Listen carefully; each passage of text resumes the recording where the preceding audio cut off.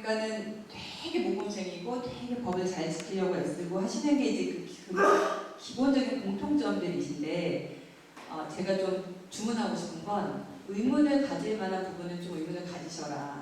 이게 행정 주체들이 관할 관청이요 다 맞는 얘기를 하는 건 아닐 수도 있거든요. 그러니까 배들어라 이런 뜻이 아니라 이건 좀 이상한데 하면 물어봐. 변호사한테 물어봐도 좋고 제가 명함 나눠드릴 테니까 내가 그날 AI 교육에서 주택관리업자 사업자 선정지침 교육받은 수강생이었는데요 하면 제가 따로 전화도 뭐 받고 한 번 정도는 무료로 대변 상담도 해드릴 테니까 넌 너무 어려워하지 마시고 아무튼 물어보세요. 그리고 요즘은 AI도 잘 돼 있잖아요. 생성형 AI에 물어봐도 이 파트너가 맞는지 아니면 내가 정말 위반한 게 맞는지를 확인할 수 있는 1차적인 이 허들이 되게 낮아졌잖아요. 다양한 의문을 좀 가져라. 그렇게 좀 이상한 과태료를 냈으면 나중에 이제 번복할 방법이 없다. 한 얼마 지나면 이걸 회복시킬 방법이 없거든요. 그러니까 의문을 가지셔라라는 뜻에서 그 얘기를 한번 했습니다. 우리가 주택관리업자 및 사업자 선정 지침은 주택관리업자나 사업자를 선정할 때 따라야 하는 지침이죠. 그러면 아파트가 하는 모든 계약과 모든 이런 용역 발주하는 거가 다 이 지침에 적용을 받아야 되느냐? 그렇진 않아요. 그러니까 외부 회계 감사 업체를 선정할 때는 이 지침 적용을 받지 않습니다. 이것도 마찬가지예요. 변호사를 선임할 일도 많죠. 그런데 변호사는 주택관리업자나 사업자로 안 봐요. 이번 해석상. 그런데 저희도 하자소송 많이 하거든요. 근데 저희 선정하는 99%의 이 아파트들은 다 입찰하십니다. 이게 왜 그럴까요? 제가 보기엔 그 기준 때문인 것 같아요. 이거 사실 지침 적용 안 받기 때문에 그냥 수의 계약 하셔도 되거든요. 내가 정말 마음에 드는 업체랑 그냥 하셔도 돼요. 그런데 누군가 민원을 제기하거나 관할관청에서 잘못 과태료를 때리거나 이거 다투는 게 너무너무 귀찮아요. 너무너무 그 분쟁에 휘말리기가 싫은 거예요. 그래서 그냥 다 입찰 붙이세요. 입찰 붙이지 않아도 되지만 붙였다고 위법한 것은 아니거든요. 그러면 사전에 우리는 공평하게 업체를 선정했다. 그걸 위한 모든 절차를 다 거쳤다. 이런 방식으로 이제 어떻게 보면 분쟁을 예방할 수 있어서 이렇게들 하십니다. 그러나 지침 적용 대상 업자 선정은 아니에요. 이거는. 넘어갈게요. 이것도 넘어가겠습니다. 자, 참가 자격, 입찰 방법 이렇게 볼 건데 우리가 주택관리업자랑 사업자를 선정하기 때문에 참가 자격은 이렇게 18조와 26조에 있어요. 이거는 그냥 지침을 살펴보시면 있어요. 근데 여기에 보면 여러분 요거 지침에 뭘 기준으로 이 참가 자격 제한을 살피나요? 시점이 언제를 기준으로? 네, 공고일 기준이죠. 입찰 공고일 기준으로 이런 업체들은 참가를 못하고 만약에 참가를 해서 이 사람이 됐어도 입찰이 무효예요. 자, 그런데 이 중에 하나만 입찰 참가 이 자격 제한을 보는 이 기준 시점이 공고일이 아니에요. 입찰서를 제출할 때를 기준으로 보는 게 하나 있거든요. 이게 뭐죠? 이거는 여기 이제 과징금을 맞았느냐 뭐 이런 것도 입찰 공고일 현재 과징금을 안 맞았으면 입찰서를 냈을 때 과징금을 맞았어도 그거는 입찰 참가 자격이 없는 건 아니에요. 하나만 입찰서를 제출할 때까지 이 자격을 가져야 돼요. 뭘까요? 그렇죠. 금품은 입찰 공고일 당시에는 금품 제공 안 했다가 입찰서를 낼 때 누군가 뭐 발전기금 낸다고 한다든지 뭐 누구한테 뭘 약속을 했다든지 이런 거를 해버리면 그 시점으로는 참가 자격이 있고 그렇게 빠져나가는 사람들이 있잖아요. 그래서 넣는 거예요. 여기서 우리가 알 수 있는 것보다 상당히 치밀하게 되어 있다, 법이. 상당히 치밀하게 이 빠져나가는 일이 없도록 누수되는 일이 없도록 우리가 이 참가 자격을 제한하는 이유가 있잖아요. 이런 뭐 부실한 업체나 이런 이게 실격이잖아요. 참가 자격 제한이라는 건 실격이거든요. 이 실격 처리를 해야 업체들이 빠져나가지 않도록 상세하게 잘 되어 있다. 이렇게 아시면 될 것 같습니다. 그러니까 이제 자칫 입찰 공고에 현재별 문제 없다고 다 통과시켰다가 나중에 입찰 무효되거나 이럴 수 있으니까 잘 기억하시면 좋을 것 같아요. 그 다음에 뭐 다 좀 문제가 있는 그런 업체들이 참가 자격 제한을 받는다 이렇게 아시면 될 것 같고, 우리가 그 입찰의 방식은 세 가지인데 하나는 일반, 제한, 지명, 그렇죠. 이거의 구별은 다 너무 많이 해보셔서 잘 아실 거라고 생각합니다. 이게 범위가 일반부터 지명까지가 전부 좁아지는 구조라고 생각하시면 되고, 누구나 들어갈 수 있는 거는 일반, 그리고 일정한 사업 실적이라든가 기술이라든가 자본금이라든가 이런 걸 제한해서 들어가는 게 제한 경쟁, 특정 기술이나 이런 거를 해서 지명받는 게 지명 경쟁, 이렇게 세 가지로 나뉘어서 필요한 방식을 활용하도록 되어 있습니다. 자, 그런데 이런 게 늘 있어요. 우리가 이 입찰의 제한을 너무 과하게 해서 계약 자체에 공정을 해야 하게 될 정도면 이런 제한 경쟁 입찰은 허용하지 않습니다. 허용하지 않아요. 그리고 거기 아주 세세하게 지침에 보면 몇 명 이상은 뭘 해야 되고 몇 명 이상은 지명을 해야 되고 뭐 이런 게 있어요. 그거를 놓치셔도 안 돼요. 말씀드렸던 것처럼 이 지침이 세세하게 누수되는 걸 막기 위해서 치밀하게 제정이 되어 있습니다. 그러니까 이거 내가 많이 해봐서 이제 익숙해서 잘 안다 생각하고 지침을 안 보고 혹시 누락되는 일이 생기면 안 되니까 매번 체크하세요. 매번 지침을 체크하시는 걸 잊지 않으셔야 될 것 같습니다. 실적이 어떤 의미냐, 이런 거, 그런 내용들. 그리고 우리가 이제 실질적으로 이런 실무적인 일이 잘 돌아갔을 때는 저를 만나실 일이 없어요. 변호사를 찾을 일이 없죠. 문제가 되는 거는 뭐 어디서 삑사리가 나서 어딘가 위법 문제가 생겨서 이게 업체에서 문제를 제기할 수 있는 거고, 우리가 이 입찰을 무효로 하기 위해서 변호사 찾는 일이 생기는 거거든요. 그럴 때 이제 이런 것들이 많이 문제가 돼요. 이 실적의 의미가 완료 실적을 의미하는 건지, 우리가 얘기했던 제한을 건 거는 어떤 의미의 실적이었다든지 이런 게 문제가 될 수 있어요. 제한 경쟁 입찰에서 사업 실적이나 기술이나 자본금에 제한을 거는데 이 사업 실적은 완료 실적을 말한다. 그 다음에 이때 사전 의결, 이거는 이제 보시면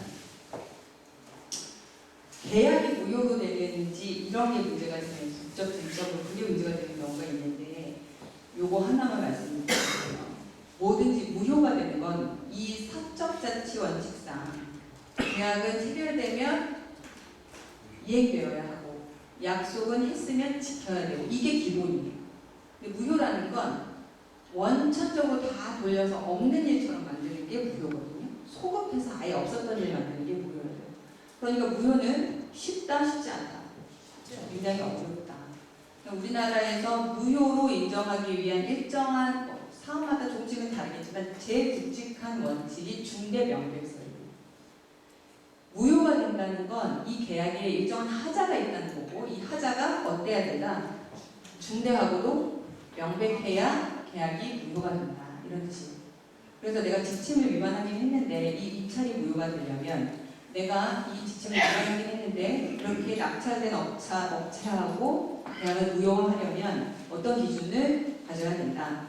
이 위반한 하자가 중대하고도 명백해야 된다. 아시겠죠? 일정한 기준을 가지고 있어야 내가 이걸 되돌리기가 가능한지 아니면 가능하지 않은지, 가능하다면 해볼만한 거고 가능하지 않다면 빨리 풀어야죠. 업체가 문제 삼겠는데 그러면 이거를 번복시킬 방법이 없이 그냥 가야 되겠다라던가, 아니면 이건 확실히 문제가 되고 언제든지 무효로 돌릴 수 있으면 지금 빨리 브레이크를 걸어야 돼요. 그 기준을 가지고 계셔야 돼요. 자, 이 케이스는 입주자 대표의 이런 관리 주체가 사업자를 선정할 때 입찰 공고를 하기 전에 입주자 대표의 의결을 거쳐야 하는데 이거를 안 한 거예요. 이거는 딱 봐도 이 하자가 어때요? 중대하죠. 그리고 명백하죠. 아리송한 게 없죠. 이럴 때는 무효가 된다는 얘기입니다. 이거는 지침 보면 다 나와 있는 내용이에요. 수의 계약을 할 수 있는 예외적인 사안들 이런 게 좀 있고 넘어가겠습니다. 기존 계약이 하자보수 공사라고 하면 수의 계약이 가능하냐? 그런 이유만으로는 수의 계약이 안 된다. 이런 법원 판결이 있었고요.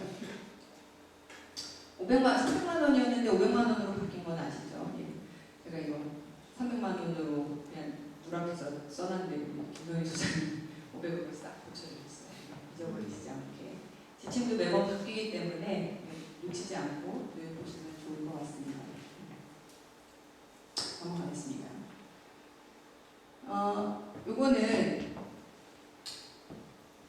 우리가 위탁관리 할 때 주택관리업자 선정하잖아요. 아까 주택관리업자를 선정할 때는 누가 주체였죠? 선정 주체도 입주대표회의, 계약 주체도 집행 주체도 입주대표회의죠. 자, 그런데 수의 계약을 하려고 하면은 뭐다? 전체 입주자 과반수 동의를 받아라. 이렇게 돼 있다는 거예요. 사전에 그 입주민의 사전 의견 청취하는 그 규정은 어떻게 됐죠? 없어졌죠, 이제. 사회 이걸 받아야 돼서 없어졌습니다. 이게 맞냐 틀리냐 가지고 얘기가 많았는데 어쨌든 이렇게 바뀌었으니까 어쩔 수가 없어요. 오늘 넘어가도록 하겠습니다. 수의계약 예외에 대해서는 넘어갈게요. 이것도 넘어가겠습니다. 이거는 다 아시는 내용인 거라 넘어가고.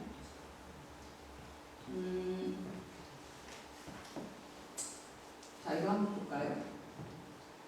이거는 그냥 보면 안 될 것 같이 보여요. 한번 보세요. 승강기 교체 공사를 시행하려고 사업자를 선정하는데 입찰 공고문에 종류랑 주요 구성 제품을 특정 회사 걸로 지정해서 할 수 있느냐.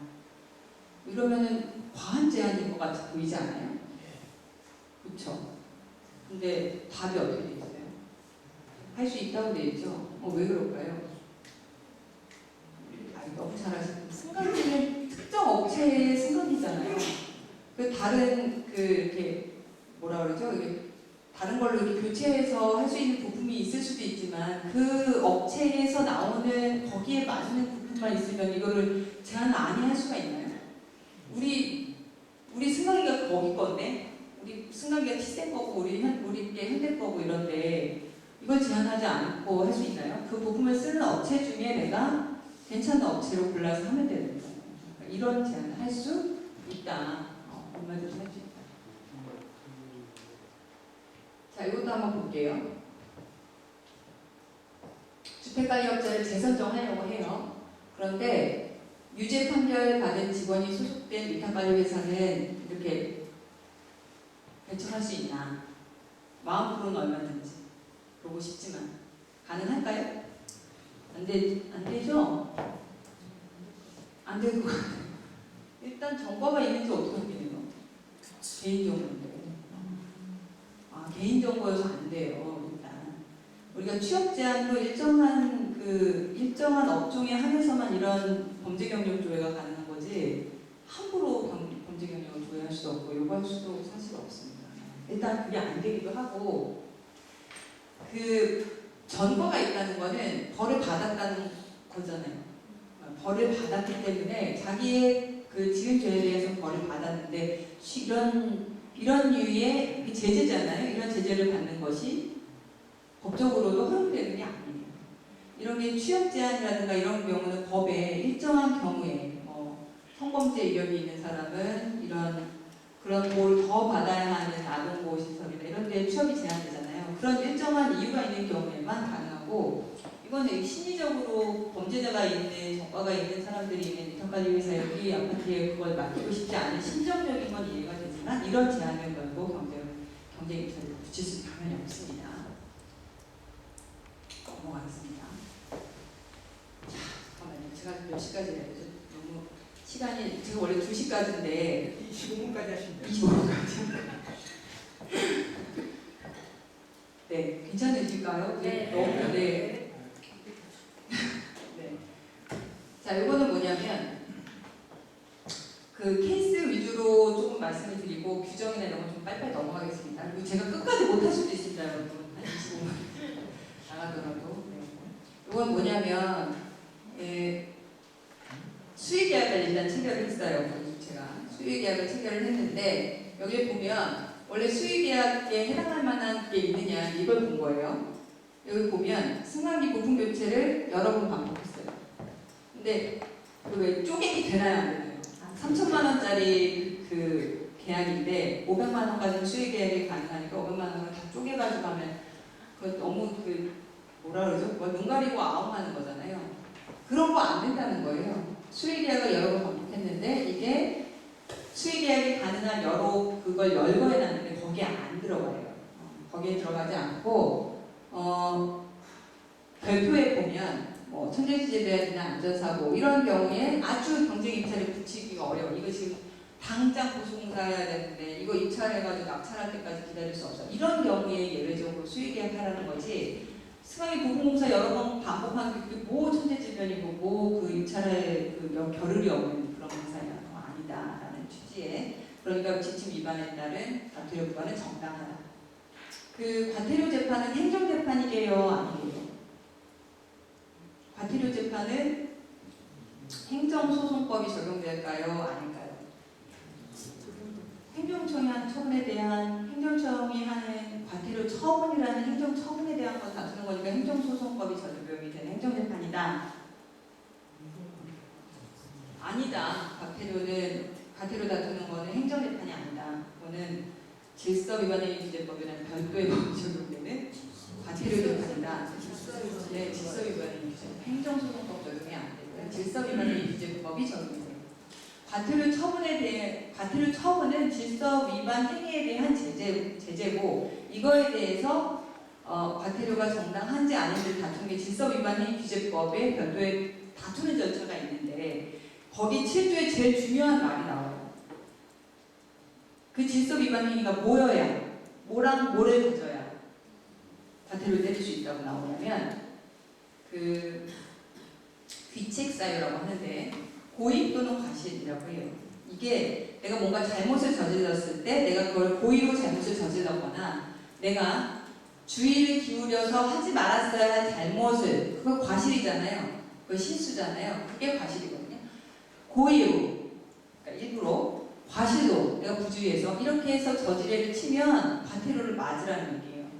이거는 수의계약이 가능한 여러 가지 조항들이 있는데 거기에 빤히 해당되지 않는 걸로 않는 게 뻔한데 고의로 위반했어도 또는 내가 이거를 잘 모르고 내가 좀 착각을 했다든지 실수를 했어도 그거에는 고의 또는 과실이 있기 때문에 이 과태료는 정당하다고 나올 거예요. 과태료 처분이 정당하다고 나올 거예요. 그런데 이제 예를 들어 지침과 관련한 사항은 아니지만 제가 과태료가 제일 중요한 제재 중에 하나니까 우리 소장님들이 피부에 와닿는 제가 과태료에 대해서 좀 다툴 만한 건 다투라고 지금 말씀을 드리는 거예요. 7조가 제일 유용하거든요. 내가 고의도 아니고 과실도 없는 경우에는 제발 좀 다투세요. 그러니까 예를 들면 저희가 과태료 처분에서 과태료 부과가 적법하지 않다라고 받은 것 중에 당연히 고의는 어느 소장님들도 거의 없어요. 과실이 있는지가 문제인데 우리 소장님들은 신이 아니잖아요. 신인가요? 우리가 아무리 열심히 관련 규정이나 지침을 뼛속까지 이렇게 다 흡수하고 잘 일을 하려고 해도 우린 신이 아니잖아요. 신이 아니니까 요구하는 주의 의무의 정도는 선량한 관리자의 주의 의무 정도지 그보다 더한 걸 요구하지는 않습니다. 그러니까 내 실수라고 볼 수 없는 거는 과태료를 때리지 못해요.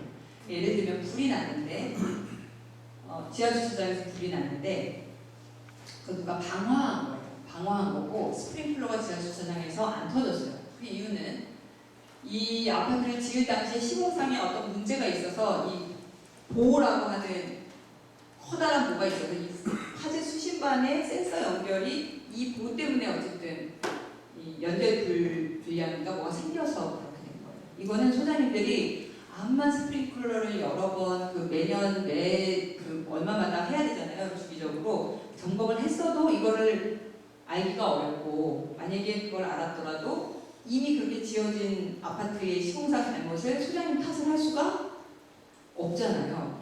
그래서 이게 원래 지하주차장에 들어가면 소장님들 진짜 곤두서죠. 부상당할 수도 있으니까 이게 주의의무 위반이면 부상당하잖아요. 이런 경우에는 어쨌든 많은 자동차들이 탔고 그 자동차들의 보험사는 다 보험 처리를 했고 그러면 아파트에 뭐 보험 처리든 관리 주체한테든 아무튼 뭐가 들어오고 거기서 다시 부상이 들어오고 부상은 다시 소장님한테 또 부상이 들어오잖아요.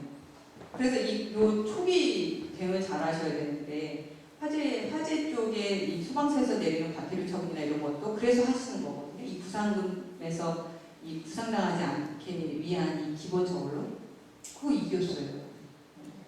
그런 사유로 과실도 도저히 소장의 과실도 볼 수 없다는 걸로 이겼습니다. 반대로 어떤 케이스는 집에 불이 났어요. 그 집에는 전기 합선으로 에어컨에서 불이 났어요. 그건 그 세대 잘못도 아니에요. 전기 합선으로 그렇게 했어라. 그런데 그 원래는 경보기가 울리죠.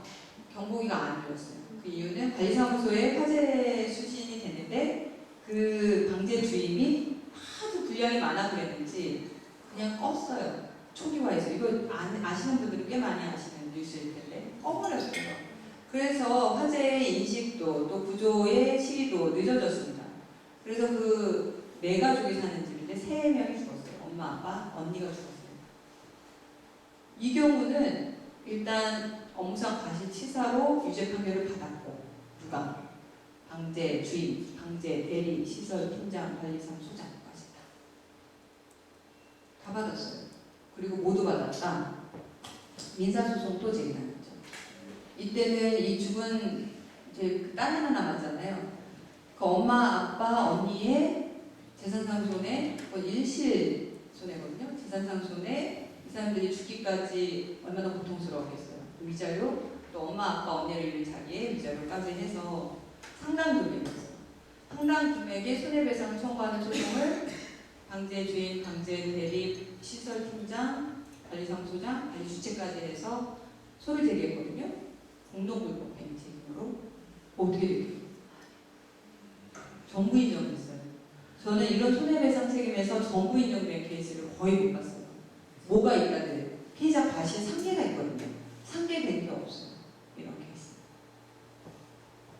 제가 지침 얘기하다가 너무 무거운 얘기가 됐는데 제가 이 지침에 사실 중요한 내용들은 사실 지침에 있는 걸 다 보시면 매번 그 사업자 선정하실 때 매번 들춰보시죠. 매번 들춰보시는 걸 열심히 체크하세요. 열심히 체크해서 누락되는 거 없이 하시면 되고 특별히 문제가 되거나 할 때는 변호사 찾아서 또는 AI 활용해서 물어보시면 되는데 요 강의에서 얻고 가시는 거는 내가 다툴 만한 관계를 좀 다투자. 고의 과실이 중요하다더라. 그러니까 내가 고의도 과실도 없는 경우를 좀 다투자. 요거 하나랑 또 하나는 내가 그냥 부주의가 아니라 되게 위험한 부주의. 소장님들은 직접 이걸 하실 일은 없잖아요. 내가 적어도 안전과 관련한 교육은 우리 말단 직원까지 잘 챙겨야 돼요. 이거 잘못하면 정말 큰일이 날 수 있겠구나. 요거까지만 챙겨가시면 돼요. 그러니까 양이 너무 많아서요. 시간이 지금 25분 거의 다 되고 있고 해서 요거 챙겨가시는 걸로 마무리하겠습니다. 혹시 궁금하신 내용 있으면 저한테 전화 주세요. 질문 하나만 드리겠습니다. 질문은 제가 질문 받으시죠? 받으시죠? 말씀해 주십시오. 한방머리가 멋있게 해주니까 잘 들립니다. 네, 감사합니다. 그 입주자 대표회의에 과태료가 나오면 네. 그래서 4기 때 이제 입주자 대표회의 과태료가 나왔어요. 그러니까 5기 새로운 그 입주자 대표를 구성을 했을 때 네. 납부하지 않으면 계속 나오잖아요. 당연히 나오죠. 이때에 그 일산 이번에 그 청에 보니까 네. 자기 이슈에서 네. 그 책임이 있다고 네. 그렇게 그런 판례가 나왔잖아요. 네. 예전에는 입주자 대표회가 새로 바뀌면은 그 후 계속 현재 대표회가 과태료 책임으로 돼 있는데 그 부분에 대해서 좀 이상한 거죠. 그러니까 그 과태료의 책임 주체가 그렇게 됐다는 건 아닌 것 같고 제 생각에는 과태료 책임을 물게 되면 아파트가 돈을 내잖아요. 그거는 동대표들이 개별적으로 내는 게 아니라 입주대표회의는 기수가 몇 개든지 그거는 연속성이 있거든요. 그렇죠. 입주대표회의가 과태료를 부과당해서 내는 거예요. 근데 입주대표회의가 이게 사기 때 어떤 위법행위를 저질러서 이걸 맞았을 때 5기, 6기에서 이 사기의 동대표들을 상대로 구상할 수 있죠. 근데 이번 울산 판결 이런 사건에 보니까 네. 책임이 그 당시에 입주자 대표회의의 책임이었다고 그렇게 그거는 그 개정 과목을 어떻게 분리해서 할 건지 정말 하여튼 그 부분에 대해서 이상합니다. 질문한 거고요. 네. 그다음에 그 관리비용이나 다른 거를 낼 수 없잖아요. 아까 지금 말씀하신 입주자 대표들이 돈을 낼 수가 없으면 네. 결국 누군가 내야 되면 잡수익이나 뭐 그런 네. 쪽을 내야 되는데 네. 그렇게 낼 수 있는 근거가 있나요? 근데 이제 입주자 대표회의에 과태료가 내려오면 입주자 대표회의의 그 개정 과목을 뭘로 해야 될지까지는 제가 실무적으로 잘 모르겠어요. 근데 어쨌든 동대표들이 격추해서 내진 않아요. 근데 법상 동대표들이 동대표도 있어. 아파트에서 못 근데 내고 그거를 그러면 입주자 대표회의에 내린 과태료를 어떻게 내죠? 그분들이 각출해서 내야 되는 아니, 거예요. 입주민을 좀 받으는 거 아니잖아요. 대표가 뭐 그래서 구상을 하는 건데, 그러니까 그게 그 입주자 대표회의에 내려진 과태료를 아무런 개정 과목이 없다고 안 된다? 아무런 개정 과목이 없진 않은데 찾아보면 있어요. 입주자 대표회의가 받은 거지 입주민이 받은 건 아니잖아요. 저도 궁금해지네요. 그건 제가 잘 아니 알았고. 그거 못 네. 내게 돼 있어요. 못 내게 돼 있다고? 아파트에서는 못 내고 뭐 입주자 대표회의 운영비가 있으니까 운영비나 반개정 과목을 하나 만들던지 뭘 해야 될 것 같은데 그게 동대표들 격추로는 절대 안 할 것 같아요. 그거는 안 된다고 돼 있어요. 안 된다기보다도 그러하게 그런 지출할 수 있는 근거 규정이 없어요. 뭐 하여간 근데 제가 말씀드렸잖아요. 저도 좀 더 살펴보겠지만 그 관할관청에서 하는 얘기가 다 맞지는 않아요. 그러니까 그 한번 살펴보시죠. 저도 좀 살펴보겠습니다. 네, 고맙습니다. 네, 수고해주신 우리 김민환 변호사님께 다시 한번 뜨거운 박수 드립니다. 내용은 우리가 지금 원래는 이제 2시간 이상 강의 자료를 제공을 해주셨거든요. 그러니까 요거는 그 내용을 좀 보시고 만약에 그 강의 내용 중에 궁금한 점이 있으시면 우리 톡방이라든지 올려주시면 제가 전달을 해서 답변을 드리도록 하겠습니다. 그리고 지금 시간이 뭐 얼마 없어가지고요. 한 5분 정도 화장실 가실 분이나 아니면 물 한 잔 드실 분들 좀 잠깐 화장실 갔다 오세요. 35분 정도.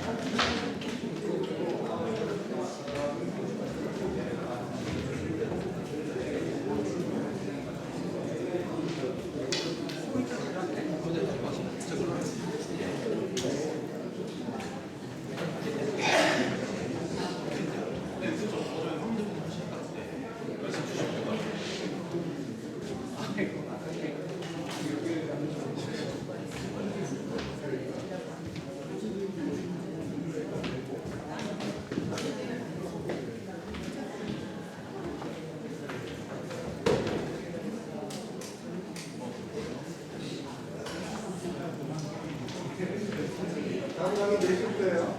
한 10분만 있다. 35분.